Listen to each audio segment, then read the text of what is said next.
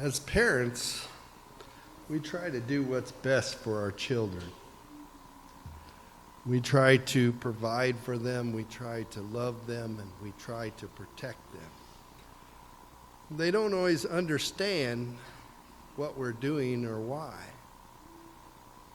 As adults, with our relationship with God, we don't always understand what God is doing and why. I'm going to be reading from Matthew chapter 16, beginning in verse 1. And we see Peter struggling with something. From that time on, Jesus began to explain to his disciples that he must go to Jerusalem and suffer many things at the hands of the elders, the chief priests, and the teachers of the law, and that he must be killed and on the third day be raised to life. Peter took him aside and began to rebuke him.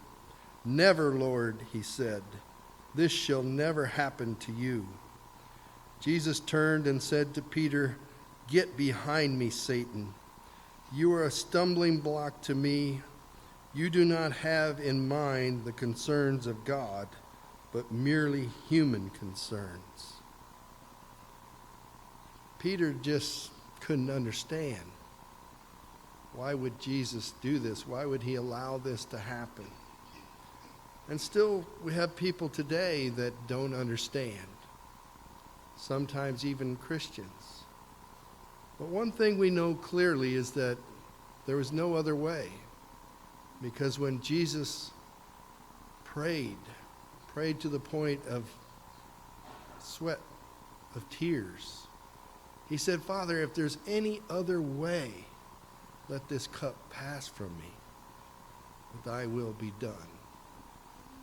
And God the Father answered by his actions, there's no other way.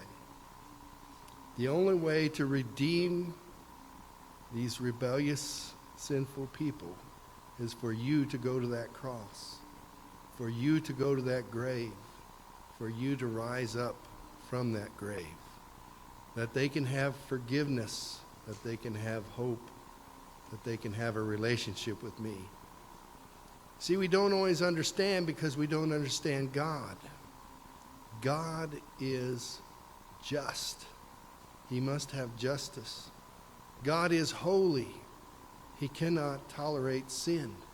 In order for us to be in his presence in heaven, we must be covered by the blood of the Lamb of God.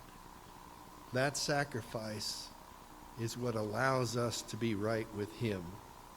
That's why we have the Lord's table. That's why we remember who died, why he died, and what it means to us. Let's go to our Father in heaven.